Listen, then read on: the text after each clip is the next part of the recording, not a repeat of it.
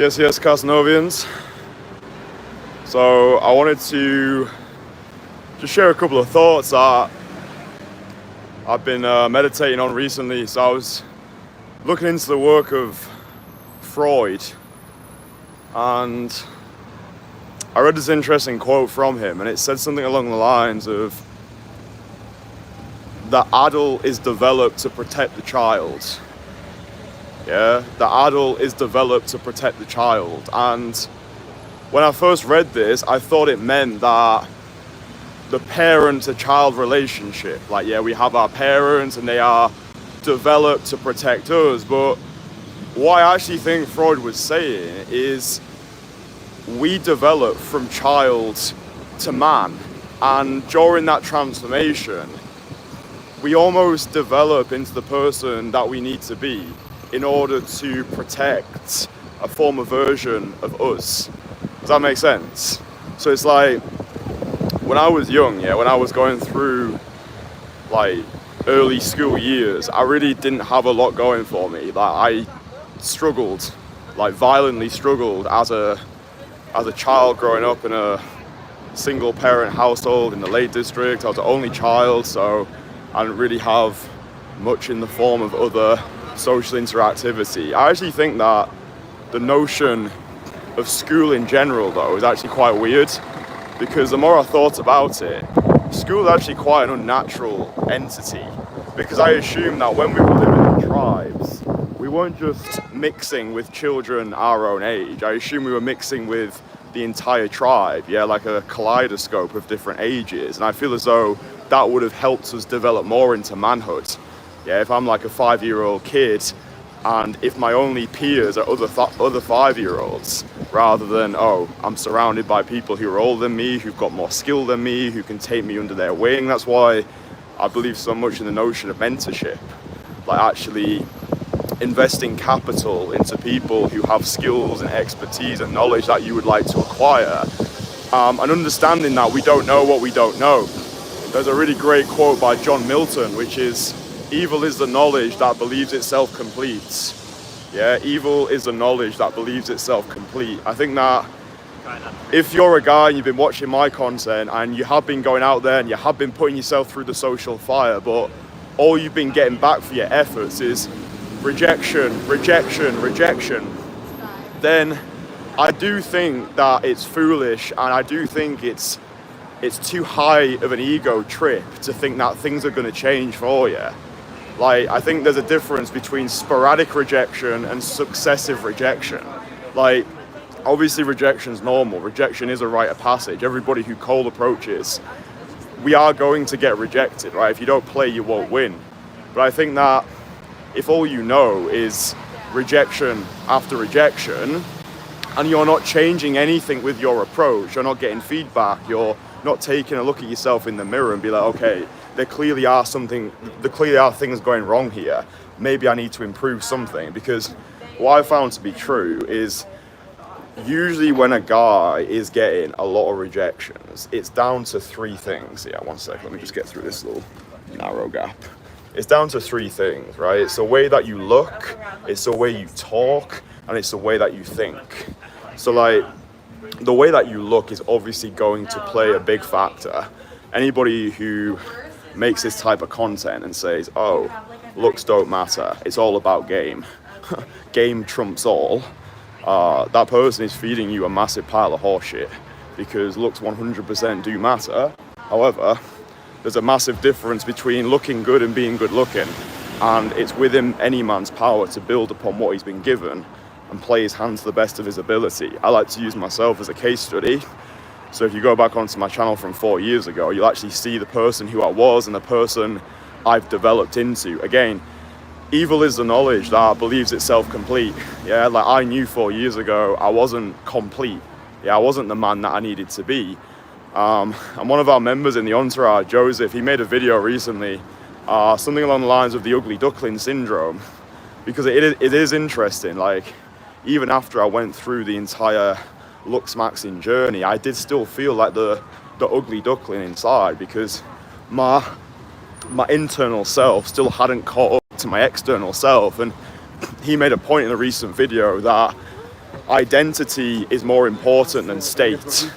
You know, like oftentimes when we're going out there to cold approach, we want to get ourselves into the perfect state. Yeah, we might do some like social warm-ups, or we go to the gym before we do some approaches, or we get ourselves looking nice with the fashion that we wear. And yeah, of course, this is important to boost our state, but I don't think that, after listening to what Joseph was saying, I don't think that state is sustainable. I think identity is more important, actually truly believing in yourself to your very core.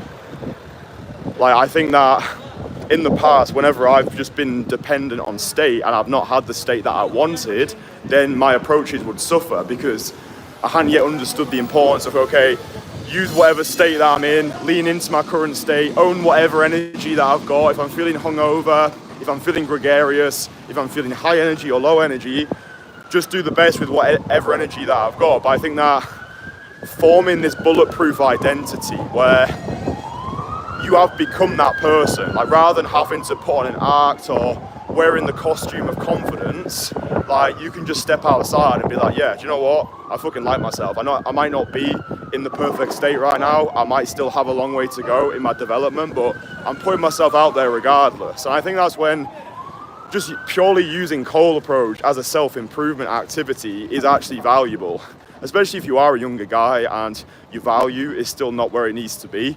I think that, like I was explaining to you before, like the adult develops to protect the child. So like a mindset that I have when I'm coming out here and cold approaching, and you know, even for me, I'll always get those days where I'm not particularly feeling it, or I'm just being bombarded by my own bullshit, being a victim to the avalanche of anxiety. I just become a parent to myself, right? Because I do think that we all carry that child inside of us. I do think that that former version of me who was terrified of the world, who would hide in the toilets during playtime because I didn't want to be seen, to be walking around on my own. I didn't want to give other children the opportunity to laugh at me, basically, you know, because I was just that scared kid that I never understood how other children had it so easy when it came to social skills. I could always look around at other children in the playground and just assume that, oh, you can't actually learn social skills. Do you know what I mean? It's like you're either born #confident and the world's gonna fall in love with you, or you're not. And I always thought that I was doomed to be destined in that camp of people where no matter what I did, I was always gonna be that sniveling mess. So now in my adult years, at 27 years old, I still feel as though I'm carrying that scared little boy, like that 7 or 8 year old version of me. And then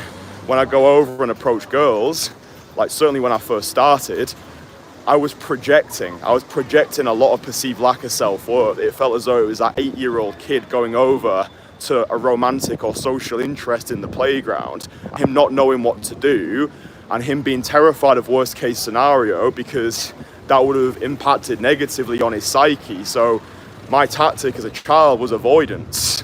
Like I would just, like if my family came around to visit us, I would run upstairs immediately because I was so scared of talking to people. And it's like people meet me today and just think, oh well, this guy's got it easy, you know, like if I had this guy's life, if I looked the way this guy looked, if I had his social skills, then things would come easy for me. But it's like, dude, this does not happen by luck, it's happened by design. And the product, the person that I'm speaking to you today, it's 14 years of hard work.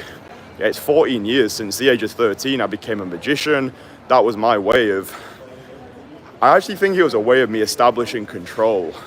Like, yeah, it was to help develop my social skills, but it was to give me some semblance of control over my life. I was like, okay, if I can unlock this super niche skill set of magic, then maybe I can use this as a gateway into improving my social skills, which is the same way of saying, I'm going to use this activity in order to receive love from people.